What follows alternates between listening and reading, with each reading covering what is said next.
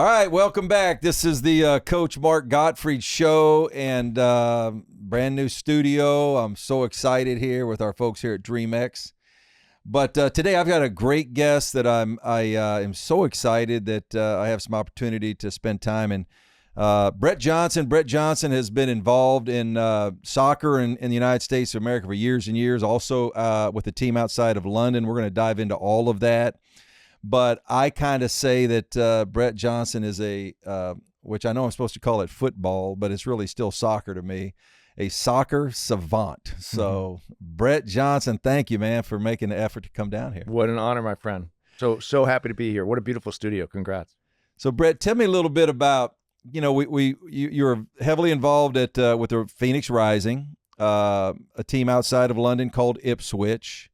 And then most recently, a team that I'm involved in with you, and I'm so thankful and excited to be involved in the Rhode Island Football Club, the RIFC football club in the USL. But talk about your interest in soccer and how did that start and where was the birth of that for you? Yeah, so the genesis was spending 5 years in London. In my 20s, I was running a computer accessory company out of London. And as I describe it, I had a front row seat to the Premier League. Everywhere I traveled across this beautiful world, I saw the religion by which the world reveres the other football, meaning soccer. And I was brought back to Orange County, not too far away from here, to run the whole company. They were headquartered in Anaheim. And I had this thesis that at some point the United States would catch up in terms of the quality of play on the pitch. Our women have always been fantastic. The men, I truly believe that the men, U.S. men, will win the World Cup.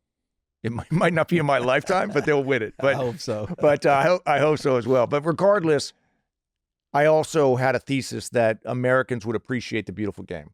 And candidly, I'm certainly proving prescient on that point, that Americans, if you look at the growth of all the leagues, Premier League, Americans are really starting to enjoy watching the beautiful game. So in short, almost a decade ago, I saw an opportunity with Major League Soccer. That was the genesis. In short, I realized that Phoenix, Arizona didn't have a Major League Soccer franchise.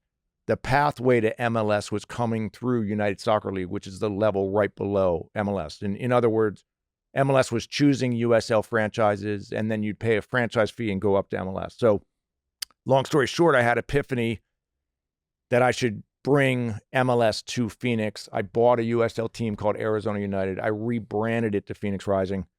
And for me, over time, my real arc has been, I'm very passionate now about investing in United Soccer League. And Rhode Island is really all about United Soccer League. It's about focusing on markets that I'd almost define them as less competitive to like a Phoenix. Phoenix has every sport under the sun. Rhode Island is the exact opposite. They had a baseball team that actually picked up and left the state. And so I'm proud with you and a host of incredible investors that we've come, and we're now 4 short months away from completing a world-class stadium. And USL, the quality and caliber of the league on and off the pitch keeps going up and up every single year. So anyway, long preamble to tell you how I got here, but really feel blessed to do what I do with the beautiful game, including obviously what I do now in the Premier League with Ipswich now. So talk about that a little bit too, Brett, because I've gotten to know you, and I'm always curious and interested. But soccer, which in Europe they call football. That's the name, but it's so big. It's so big there, and even your team outside of London, Ipswich, and the excitement around those franchises and the teams, and people follow it every day. In the United States, we're coming there. We're getting there. And when we have the NFL and we have Major League Baseball, and there's some things that they don't have in Europe, but are you watching and seeing the growth of that as well in the United States? Yeah. One of many things I'm proud of relative to our first season in Rhode Island is the passion by which the Rhode Islanders are embracing the team, and the lengths that they are going through to support the club, both home and away. And so I think, there's a massive difference. I mean, Ipswich is a 150-year-old club, approximately.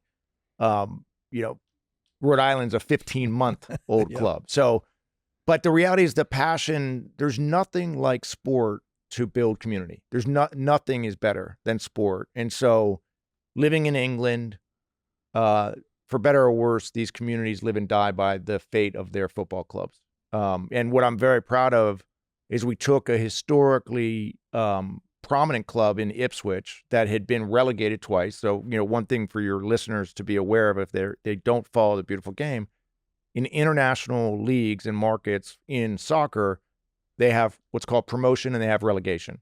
If you win a league, you go up. If you lose, you go down. And as a construct, as a sport fan, I love the construct. It means you can't take a night off. Every game is must win. And it means that, teams, ownership have to invest in the product. And I do think it's something that if I have any say in the United States with this game, I want to see USL adopt promotion relegation. I don't want to try to act like any of it's easy, but again, there's something beautiful about the construct. And, you come from an incredible background with basketball. I mean, how many times in an NBA season does a team just basically borderline throw in the towel? They're waiting. They tank it. They're waiting for their draft pick. Mm-hmm. The entire fan base is checked out. You just don't have that when you're fighting for promotion or more importantly, fighting to avoid relegation. The promotion and relegation, and just so everybody understands that now, so like in the NBA, if we're going to finish dead last, we're dropping down like to the G League. Yeah, no, that's right. And the team that might win the G League might become an NBA franchise. Exactly. If I'm an owner in the United States, I'm just guessing here, that would scare me. No doubt. Again, I recognize there's a lot of reasons why it doesn't exist here. If you will, the equity appreciation for a club like Ipswich getting promoted back into the Premier League is substantial. But now we're literally and figuratively playing at a different level. And the amount of money that comes with that is much, much greater, but the amount of expense, et cetera, and candidly, the level of play. It's not even fair to call it, twice as high of a level of championship. I mean, it's just it's the best football in the world, bar none. Certainly the Premier League is. But anyway, there's something to be said for the pros and cons of it. If you look at the United States, Major League Soccer, again, it doesn't have promotion relegation. My Phoenix team a little over a year ago won the USL championship. As you know, our Rhode Island team just fell short in the finals. Incredible. We were so close. So close. But technically speaking, if they had promotion and relegation, both the Phoenix team and Rhode Island team, because they usually take the top three teams, would have been promoted. And anyway, it's I understand why MLS doesn't have it, but from my perspective, there's no reason why United Soccer League shouldn't figure out how to adopt it. We're going to dive in just a minute to the story this year of our club, the Rhode Island Football Club, and it was an unbelievable run. But before we do that, Brett, I've always coached. I've never owned. I've never been an owner, principal owner, chairman of the board. But to step out and I've kind of been with you a little bit. I'm obviously jumped in later at Rhode Island, but the courage it takes to say we're going to start a franchise. That's not a little thing. That's not a small thing. And for you in Rhode Island, the governor and obviously the mayor, the community, the league, everything, there was so much heavy lifting that went into all that. But just for you, Brad, I admire your courage because I don't think that we shouldn't just kind of gloss over that. That came from somewhere with you. Like, talk to me about that. Yeah. I take great pride and total humility relative to what we're doing in Rhode Island. At my core, I really view myself now as an entrepreneur, and that likes to take advantage of opportunities that I see and recognize the risks inherent with that. And so, specific to Rhode Island, in a prior life, I went to school there. I went to a school called Brown University, so I was familiar with how special the state is. And almost 6 years ago now, there was a baseball team, a AAA affiliate of the Boston Red Sox called the Pawtucket Red Sox that I heard was picking up and leaving the state to go to Massachusetts. And I had a visceral reaction to that in the sense that I felt it was wrong. I don't like the thought of communities losing these sports assets. And in addition to not liking, if you will, the narrative of that, I viewed it also as an opportunity. I was very quick to call United Soccer League and buy the rights to Rhode Island. I was very quick to fly in and meet with the then governor, who was Governor Raimondo, who's now the Commerce Secretary. But I met with Raimondo, I met with the mayor of Pawtucket, and long story short, we've navigated a way to develop some prime real estate right off the highway, right on the river, partner up with the local power company, clean that site up. It was a brownfield site. And now, as I said, we're 4 months away from completing this $140 million stadium, a true public-private partnership. And then we'll develop all the land around it, which is another important part of our business plan. But there were countless times during the journey where it was, to say it was a challenge would have been an understatement. But I've always felt a commitment to making sure we saw the project through to fruition. And most importantly, there's something special about changing the social and economic landscape of a market like Rhode Island and specifically Pawtucket. And I just I can't tell you how excited I am when you and 10,000 plus of our best friends are all there for the opening of the stadium. The state deserves an asset like this. And you know, we live in the LA area, you know, New York, Boston, I mean, Phoenix. These markets have an embarrassment of riches in terms of sports and entertainment options. Markets like Rhode Island aren't as fortunate. And so I'm really very humbly proud of what we're doing in Rhode Island, and especially the success we had in the first season and all the different sports that we're going to introduce to that stadium and to the fine state of Rhode Island. So obviously you can tell that, you know, your passion and your heart and your belief, but I still have to guess, and I remember talking to you on the phone one time, and I think there was a vote there that was kind of hanging in the balance, and because part of it was building a stadium, part of it was, you know, you're putting it all together, all the pieces of the pie. You're trying to bring them all together, and there were pivotal points in there that this thing might teeter one way, it could teeter the other, but the just kind of, again, that part of you that kind of hung in there to say, man, I believe in this thing and I think I can do it. I think there are a lot of people, Brad, they don't have the stomach for this. They may not have the stomach to put it all together, invest some of your own capital, round up other capital, bring in the governor, get the mayor, get the state, get everybody involved. This is heavy lifting. This is not an easy thing to do, but I'm just so impressed with the fact that you kind of stayed the course through all this, and it was like, I'm not going to be deterred. Yeah. No, we, for lack of a better expression, we burned the ships. There was no retreat. You know, we got so far into it. I mean, for your listeners, I guess awareness, originally the stadium was supposed to be about $80 million to complete. And then for a host of reasons, everyone might remember a little pandemic that we had, you know, coming out of that, inflationary problems, banking crisis, interest increases, interest rate increases. So it was a perfect storm, which effectively took the cost of the stadium up to about 130, 140 million almost overnight. So I needed to go back and work with the new governor. And that partly was the challenge that we had, was the project became political. We ran into an election cycle. We ran into, you know, effectively a new era in state politics in Rhode Island. The governor, thank God for this governor, because he recognized the importance of continuing with the project. But it became political relative to that vote. It was caught up in an election year, and I think some motivations that didn't exist in the first round of voting existed in the second round of voting. So anyway, we did pass with the governor's support that critical vote. We cleared that hurdle. And as anyone who knows, in particular, who have entrepreneurial journeys, I always talk about the arc that we go through where you have your back against the wall. And I, you know, to get religious, you have to have faith that you're going to see it through, that there's a higher purpose behind all of it. And again, I'd like to say with total humility, that's how I feel about Rhode Island. And I'm not celebrating, and I will never officially celebrate, because day in and day out, you have to keep repeating what you do. Just because we did well in our first season doesn't mean we'll do well in this. You have to keep working it.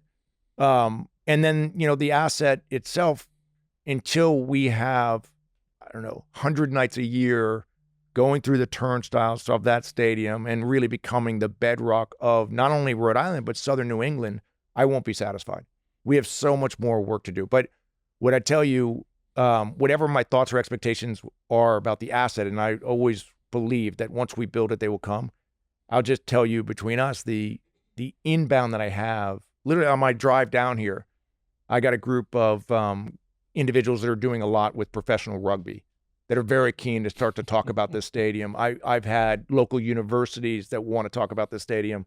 I've got women's soccer team that I intend to launch. I've got a women's rugby opportunity. So what I'm confident is it will become the sports and entertainment capital for Southern New England. Stadiums as an asset class in New England, you either have small sort of college stadiums or you have, the NFL stadium in Foxborough. And unless you're Taylor Swift, you're not selling that out right now. Mm-hmm.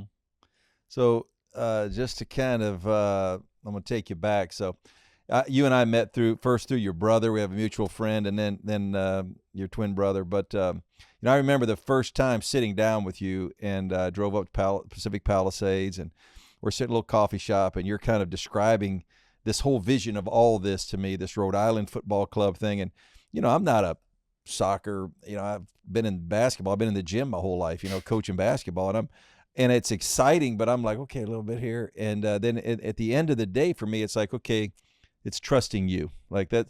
It's really at the end of the day, because I don't know enough about all this, and to trust you, and then to watch it come together, and just to kind of to clarify and make sure we describe it. The stadium, Tidewater Landing Stadium, just north of Providence, right off the I-95, right on the river there.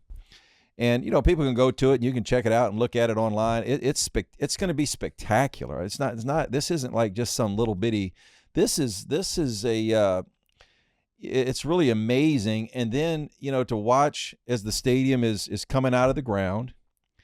Then, we go back, I don't know, a year and a half or so ago, we just finished our first season, but you go back and, hiring a general manager, hiring a coach. Then we got you're getting a roster, and you're a first-year franchise. It's not like, again, like Ipswich has been around for 100 years. This is, you're just coming out of the ground. And all of those things, to me, to watch it seem like this year, and we had an amazing success. The Rhode Island Football Club, RIFC, made it to the championship game this year in Colorado Springs, and I was there and you were there. We had a ball. It's exciting, and we got beat, but to get that far. But putting all those pieces together, you've just done an incredible job, Brett. It's just been amazing to watch. So thank you. As you know, we won the Eastern Conference Championship. So we were on the road. We beat Charleston Battery, incredible franchise, in a thrilling 2-1 win. That was over the arc of my professional soccer career. That was my 7th cup, my 7th trophy, which is pretty amazing to think it's been a 10-year journey and I've got 7 trophies to show for it. But the reason why I bring that up is that cup, that trophy meant the most to me. Clutching that trophy after winning that game, and it would have been obviously nothing short of phenomenal to win the whole thing, but it wasn't meant to be. And all credit to Colorado, they were the better team on that day. But I say that because none of this stuff is for the faint of heart, and I've been truly blessed. I think relative to when you and I spent time with each other and all the incredible investors that I have on this project. I think they recognize first and foremost, I'm all in on this. Like I put every dollar of my balance sheet into it. I'm an entrepreneur that puts his money where his mouth is. And I have a reverence for every single partner that's on the journey with me. And things don't always go to plan. And you have to constantly have, I guess, that just eternal optimism to trade through things. I mean, we did have no less than 1,000, what I'll call, issues that could have derailed, I think, if someone had been less committed to it. There were plenty of ways to sit there and say, we just can't get this thing done. But we wouldn't let anything kind of derail us, if you will. And now kind of sitting here today, when I think about, again, as I like to say, how blessed I am on all these different fronts. But I really have to give credit, Mark, to the team that surrounds me. My brother and I, we subscribe to a philosophy. It's actually, it came from a business consultant. It's a book called Who, Not How, a guy named Dan Sullivan. And in short, the theory that he has is anything you want to do is possible if you get the right who. It all comes down to people at the end of the day. How am I going to build a stadium in Rhode Island? Well, I have a who named Dan Krober, who's my right hand, who built that stadium. How am I going to put a team that can win on the pitch? Michael Parker's one of the best soccer products from the state of Rhode Island, joined our partnership very early on. He was the one who, if you will, discovered Conno Smith, who became our our general manager, our head coach. And then he and that team found the players and, built the culture that, we were sitting in 11th place in mid-June out of 12. Yeah. And we finished up the season, second best team in the league. So anyway, they deserve the credit. I'm happy to kind of, I guess, ride their coattails, if you will, and be part of it, because it is a team effort. But at the end of the day, it's always about finding the right people, putting them in the right position. And then I always view my responsibility is I'm the one who's responsible at the end of the day for the performance. I'm accountable for it. So if something's not working out, then I'm the one who has to figure out when we make the change and who we make that change to. So just so everybody understands too, with our team, the Rhode Island Football Club, RIFC, well, let me go back. I flew up to Monterey Bay in California. Second game, I think. Second game, and when on the road, Gina, my wife, and I, we went up there, and you talk about the blood starting to, it's like, this is exciting, and we're kind of behind the goal there, and you're meeting some other people that are involved with our club. But then as you follow the whole year, there was a point, like you mentioned, where, it's a brand new franchise, and hey, we're just getting off the ground. And then late in the year, because I used to always say as a coach, people only remember how you finish. Nobody remembers how you started. There's a lot of teams that in basketball, they'll start off 12-0 and they get, they're no good at the end, and nobody remembers. And nobody really cares that you were 12-0 either. It's really all about how you finish. And what happened this year, which was so amazing and it was so fun, was, basically winning the last regular season game, or a couple of them, put us into the playoffs. Yeah. I mean, we were. Yeah, no, it was amazing how tight it was. And it didn't take much, a win, all of a sudden you'd be up in 5th or 6th place, a loss, you'd be in 9th place. Like it was the margin of error had massive swings. So we ended up in 5th, which then made the gauntlet for us, meaning that we were on the road the whole time. 3 in a row. We had to win 3 in a row on the road. On the road. And against, it started with Indianapolis, Indy 11, unbelievable franchise. It then moved to Louisville. And just to put it in perspective for your listeners, Louisville is, without a doubt, if there's a blue chip franchise in USL, it's Louisville. If not for our victory in that playoff game, that would have been their 10th year in a row making it to the Eastern Conference Finals. I mean, just insane how good they are. Mm-hmm. So that was an incredible win. Then going on the road again to Charleston Battery and winning the Cup, winning the Eastern Cup. And I think, again, I want to be very respectful to Colorado Springs relative to their winning the championship. And I don't want to, they were an outstanding team. They were clearly the better team on that day. And, but, I do think 4 weeks in a row on the road with our team and with a little bit of added altitude to the mix, I think you can forgive them if they were a little spent by that time. Mm-hmm. But to your point, sports is about who peaks at the right time. Mm-hmm. And I'd much rather have a team peak near the end of the season than peak at the beginning of the season. No doubt. Brett, is there a franchise that you kind of, and again, when I'm not, like I go to Monterey Bay and they're playing, I think, at the University of, I can't remember, maybe Cal State Monterey Bay, I think it was on their college campus. Mm-hmm, they were using that facility as their home. Yep. You look at Colorado, the Switchbacks. They're playing in Colorado Springs in my view, it's a magnificent setup. Stadium right there in town. Yeah. Walking distance to restaurants. Yeah. Stadium's beautiful, great seating, great visuals wherever you are. Yeah. And then we're building the Tidewater Landing there, just north of Providence there. But was there some franchises that you said, okay, here's kind of a model? And, we're going to put our own flavor in however we want to do it. But or maybe that's just your past with Phoenix and Ipswich. But because that's not, again, easy you're building a stadium. I mean, you're building it. It's not just a little, munchkin little, this is the stadium for our team, Rhode Island Football Club, is going to be immaculate. Yeah. It's going to be spectacular for fans and the experience to go to a game there. Yeah. So, how did you kind of vision the vision to put it all together? Yeah, so it's a great question. I give initial credit to Major League Soccer. So 20 years ago, approximately, Major League Soccer realized they had to get out of NFL stadiums. And the first soccer-specific stadium was built in Columbus, Ohio, the Columbus Crew. You can literally chart the change in fortune of soccer in the United States with that stadium. So in other words, bespoke soccer-specific stadiums is exactly what consumers, supporters want to experience. And if you look up the road from us in LAFC and that incredible stadium there, Angel City that plays in that stadium, how well they've done. But so the initial credit starts with MLS. In the United Soccer League, going back to Louisville, they were playing at University of Louisville, had a stadium. They were playing there. They were doing very, very well. But they made the leap to build their own stadium, soccer-specific stadium. It's 11,000 seats. It's beautiful, state-of-the-art. And I really looked at the ownership group there, and I said, that's the future. That's the future for USL. And I specifically started to covet a market or markets that, as I define it, are kind of off the radar screen of the sense of not being Major League Soccer markets. I wanted to find USL markets. And that's where Rhode Island checked all of those proverbial boxes.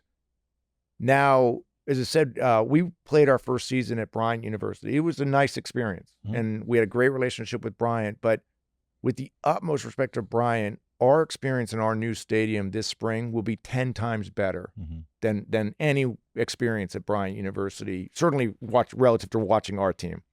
There's just nothing that compares with it. So I am exceptionally passionate about what I believe is the game-changing element of a world-class stadium to drive equity value for the sports team. So in other words, I think teams are only worth the quality, caliber, and location of the venue they play in. And I mean, you can look at the Golden State Warriors, potentially it's the best example of that. And conversely, you can see countless examples of teams that fold because they're in a bad location. I'll use an example with the NHL, with the Phoenix Coyotes, that literally just folded because they took a bad stadium deal and played in Glendale, which is not where their fan base was from. So I always joke that when I write my book on professional sports, it'll be the shortest book ever. It's location, location, location. And candidly, when the baseball team picked up and left, the governor of Rhode Island was offering me a lot of incentives to try to figure out how to take that baseball park over. And as I said, beyond the geometrical problems of a diamond versus a rectangle, the number one issue of all was just its location. 80 years ago when they built that baseball park, it might have been a great location. In today's day and age, it was in a really poor location in a dense neighborhood very far from the highway. Our new stadium, as you know, right off I-95, every car going north or southbound from New York City up to Boston or reverse, going right by our stadium. You can't fail to see it. So that's worth its weight in gold.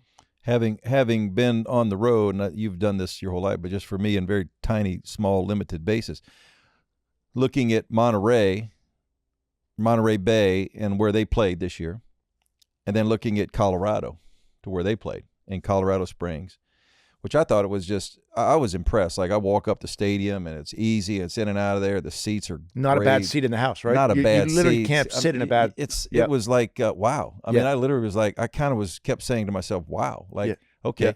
In the stadium, and they won the championship this year, and obviously they had a really good team, but it kind of, everything comes together. You know, if I'm a free agent player and that's my stadium and that's my home, you know, there's more incentive as a player to say, you know, I want to play for the RIFC more than I would for somebody that's borrowing a field somewhere or you know, playing. So all of those things coming together has to be huge for us going forward in the future. Yeah, completely.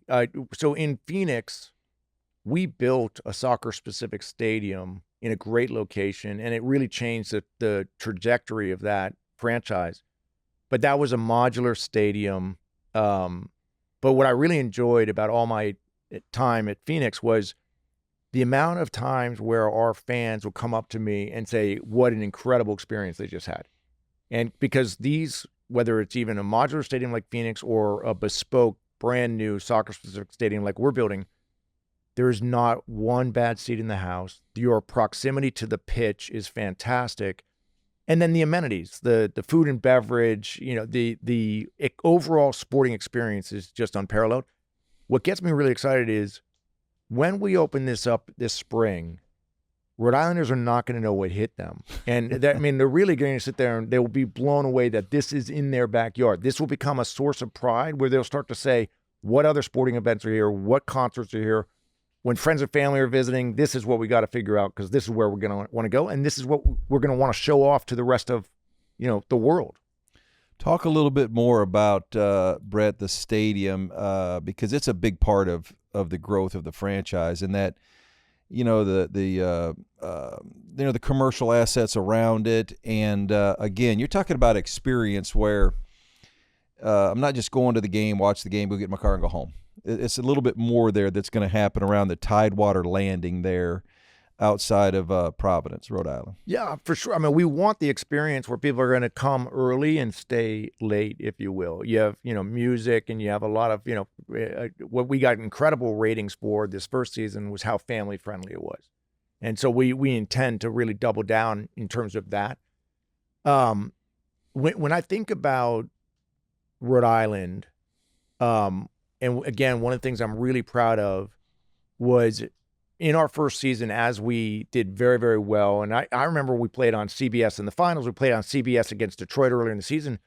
The exposure for the state of Rhode Island, certainly North America and beyond, was so positive in terms of, if you will, the media coverage. And now when the attention shifts to actually this world-class stadium and people all over the world are seeing this incredible asset, again, from my perspective, what a source of pride for the state of Rhode Island. And the reality is, anyone who's ever spent a minute in Rhode Island knows it's a special state, but there are a lot of people who obviously have not had the pleasure of visiting the state, but now they're going to start to see it again on television. They're going to see teams doing well. And all of that, again, is one of the things that I feel again, total humility, to be so proud to be associated with, that like we're literally and figuratively helping to put an incredible community on the sporting and sports entertainment map. Mm-hmm. I coached forever, coached basketball. When we were on national television, which when you're in the SEC, when I was at Alabama, or the ACC at North Carolina State, but you get that primetime game, you're playing against Duke, it's nationally televised. And, obviously if you win, it just does amazing things for your program. But that with the USL and the television contract, I mean, I'm sitting in my living room in Newport Beach, California, a couple of months ago, and I'm watching our club, RIFC, play against Detroit on CBS at 10 o'clock in the morning and I'm thinking to myself, and I'm texting all my buddies around the country, and I'm telling, hey, go right now, text, go watch this game. But the partnership with television right now, do you think that just that's the thing that can kind of rise everything and just add so much more value, because it puts so many more eyes on the league? And then when your team plays, obviously, for your franchise. Yeah, I think so. And I think there's USL in particular has an amazing opportunity relative to over-the-air broadcast. So, partnerships with CBS, where, look, for those that follow the sport, Major League Soccer made a decision with Apple effectively to go behind a paywall. And so that's opened up a great opportunity for USL to be over the air and to get a lot more eyeballs than maybe historically we would have gotten when MLS was over the air. So, but regardless, I think it's a fantastic opportunity. The sea change that I've seen, certainly over the last 5 years, and I kind of use the markers of like when I'm traveling through airports or, walking by a restaurant or bar. 5 years ago, it would have been an exception to the rule to see soccer on a television screen. Now, you never, ever walk by and don't see the sport on. That's anecdotally, that says a lot for what's happening with the sport in the United States. And now with World Cup coming back to the United States in 26, we'll blink, and it'll be 2026. World Cup will be back on the stage. It'll take the sport to a whole nother level here. And then Women's World Cup will come back in 5 years after that. The 31 they're talking about. And then the Olympics will have a fair bit of coverage. And anyway, so a host of other tournaments as well. So I am so bullish long-term on the sport in this country. And I'm so bullish, again, on what I'll just call rectangular sports. Flag football, the fastest growing team participation sport in this country. It's going to be an Olympic sport. We have a perfect stadium for it. As I said earlier, we've got a perfect stadium for rugby, for lacrosse, et cetera. So it's a great time to be in these rectangular sporting markets where, again, and almost all of them need a stadium like what we have in Rhode Island. And for me, I think the next stage will be to help other markets that want to do something similar. I mean, for better or worse, I've made the mistakes and I've made, some of the right moves too to get these things done. So whatever small way I can help other markets to do this, I'm really excited about. You know, you made a great point, Brett, when you talked about the MLS, and you know they made their decisions based on, and they have a sort of fabulous league, obviously, but to not be on, you know, over the air, just your, you know, I could turn my television on and watch CBS or NBC or ABC or ESPN, whatever it is, you know, to make a decision to where I have to pay or a subscriber when you're trying to convince a new fan, because I still think in soccer we're doing that. We're convincing people like me. I've really never paid attention as much, you know. I've been involved in basketball. But to get the new fan, the new person, excited about your product and excited about the league and excited about a franchise or whatever, to me, I think that the USL is in a prime position to do that. Couple that with how many people, I know you got the numbers with this, how many young people are playing. Yeah. I mean, young people are playing this sport. Yeah. Well, a couple of things to unpack there. One of my biggest investors in Rhode Island, he reached out to me because he actually saw Didier Drogba, who, for, you know, those in your audience that don't track football, soccer, Didier is the greatest player to ever play for Chelsea Football Club. He's from the Ivory Coast, a legendary ambassador on and off the pitch in football. So he finished up his career with us in Phoenix Rising. So this investor was traveling, turned on the television in his hotel room, sees Didier Drogba playing for Phoenix Rising against Louisville in the finals, and anyway, did the math and figured out, you know, my involvement with it, and then learned I was doing something in Rhode Island, specifically reached out because he wanted to invest and get along with it. So I think that's a long way of showing the importance of over-the-air coverage. If not for that broadcast, and it was probably CBS as well, that was a while ago. If not for that broadcast, you know, potentially he's not an investor in Rhode Island. And then I think longer term relative to USL, I am incredibly bullish, and I'm now starting to focus on opportunities in the youth soccer market, because it's increasingly families need to find ways. As far as I'm concerned, sports have always been critical. I mean, I'm sure, you know, you and I both, I learned just as much playing sports as I did almost anything in the classroom. Mm-hmm. And so I think families recognize it's more critical than ever to get their kids off the couch, get them away from the screens and the toxic environment there. So I'm just bullish in youth sports in general, and I'm really excited because I'm now starting to pursue a great opportunity to invest in youth soccer, which is just complementary to everything I'm doing in the space. But even if it wasn't, it would be something I'd be passionate about investing in. How many young people, Brett, do you think? Let's take a 20-mile, 30, 50-mile, I don't know. Just take put a umbrella around the Rhode Island Football Club. Just take that for example, because you're involved in that one. Young people, 15 and younger, 12 and younger, that play soccer. What would you think that number might be just in that region? We're not talking about the whole country, just in a smaller region, if you were to guess. I got to say it's got to be close to 50% of it, and then they're playing, they're also playing there in the wintertime, obviously basketball, and then increasingly a lot of them are, in New England, they're going to be playing hockey, they're going to be playing, lacrosse, et cetera. But again, I feel like youth sports is more relevant today than ever. And families will invest and I think a lot of families obviously recognize their kids aren't going pro in these sports. Maybe they'll go play college, but regardless, I think with my kids all the time, I'm blessed with 3 kids, and I don't really care what they play, but they've got to play something. They got to be participating. You got to understand what it's like to be part of a team, and you got to, again, you learn just as much losing as you do pretty much anything else. How to handle victory, how to handle defeat, how to be disciplined in terms of, anyway, like, it's an understatement to say some of the most important life skills come from, effectively being forged on the playing fields, if you will. And soccer for young people is one where, different than playing center field on a baseball team where I can basically stand there for half of 2.5 hours. I can stand in the outfield and then I wait for my turn to bat. Soccer for young people, you can't hide. You're moving. You got to play. You're running. You're on the move. And so just from a health standpoint too, for young people, it's amazing. The question I might have to, Brett, is how How do you get the young people who played, who are now adults, to really get excited about the sport? Well, again, anecdotally, for what happened this season in Rhode Island, you saw it in Colorado.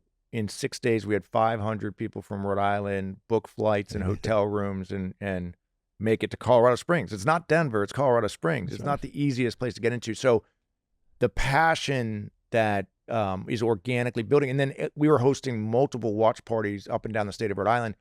They had lines out the door for those watch parties. So what I've always coveted about Rhode Island is it's an incredibly proud market that has not had a ton of ways. And I'll go back to basketball. Providence College, as you know, has got an incredible basketball history. And when that franchise, when that school makes it to March Madness, the entire state becomes a Providence Friar. They all get behind that. And so you start to see that kind of loyalty. And what amazes me as well is, here in Los Angeles, if USC is making it to the Final Four, if you went to UCLA, you're not cheering USC on. But if you went to URI, you'll probably be pretty proud that Providence College is playing in the, so I think, again, it just goes back to there's a pride in the state of Rhode Island that's under-tapped from a sports perspective. Yeah. Anyway, and so now as the men's team did well, the amount of conversion and growth that we had, and now the buzz, heading into our stadium, the buzz now within the community of people who are getting on board, kind of recognize, hey, there's a Rhode Island team, it did well, it's going to be moving into this new stadium. So it's a marketer's dream because nothing sells tickets better than winning, as you know, for sure. So we kind of peaked at the right time. Yeah. Well, Brett, you've done it. So it's been amazing. It's incredible to watch what you put together. And congratulations, that's like an understatement for you because, again, there's a lot of heavy lifting that goes into that. I can call my buddies and say, hey, we made the championship game and we're excited, and I'm excited. But that's just such a, it's a massive step, obviously, and it was huge for the organization. But everything that you did to put it all together, Brett, and just congratulations. I think it's incredibly exciting to be a part of it, but it's incredibly exciting just to watch it, just to watch it grow, come together, grow. And you're talking about people that are flying to Colorado Springs, and people are wearing their RIFC scarves and their hats and their merch and they're in a sports bar and they're, fired up. It's, again, that doesn't just happen without somebody like yourself. So congratulations. No, you're very kind. And again, I'm so honored and so pleased to be able to do what I do and who I get to do it with. But I think, as I said, there's nothing like sport. There's just nothing like it. And I tell all my investors, I've seen this now over a decade between Phoenix, Ipswich, and Rhode Island. We all have a lot of places to consider investing our money and our time.